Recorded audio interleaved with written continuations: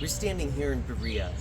Now, we're not exactly sure where Paul preached, but this is believed to be the location that Paul was giving the gospel message in Berea. Now, there's a church really close by, and so that's why they believe this is the traditional location for his ministry. So Paul was fleeing from Thessalonica at this point. He had been persecuted there. And so Paul and Silas were sent away in the middle of the night, and he arrives in Berea. Now, Berea was a really nice place for him because he was accepted a lot more. And it says in Acts that the Bereans were more noble.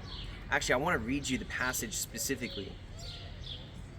Verse 10 of Acts 17 says, "And the brethren immediately sent away Paul and Silas by night unto Berea, who coming thither went into the synagogue of the Jews. These were more noble than those in Thessalonica, in that they received the word with all readiness of mind, and searched the scriptures daily, whether those things were so. Therefore many of them believed also of honorable women, which were Greeks, and of men not a few." So Paul's here in Berea, and the Bereans were seen as more noble. Why? Because they accepted what Paul said, but they didn't just accept it for him saying it.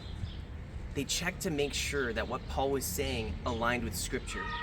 And that's the encouragement to us, that when we hear people talking, when we hear pastors giving a message, when we hear people giving the stories of the Bible, not just to accept it because they said it, but to search it out, to check the Scriptures ourselves, to make it become part of us ourselves, not to just be head knowledge, but to be part of who we are and heart knowledge, to make sure that what we are learning, what we're digesting, is actually the truth. But we do find that Paul, unfortunately, those Jews from Thessalonica followed him here to Berea, and Silas and Timothy were left behind. However, Paul jumped on a ship, and he went and ended up in Athens.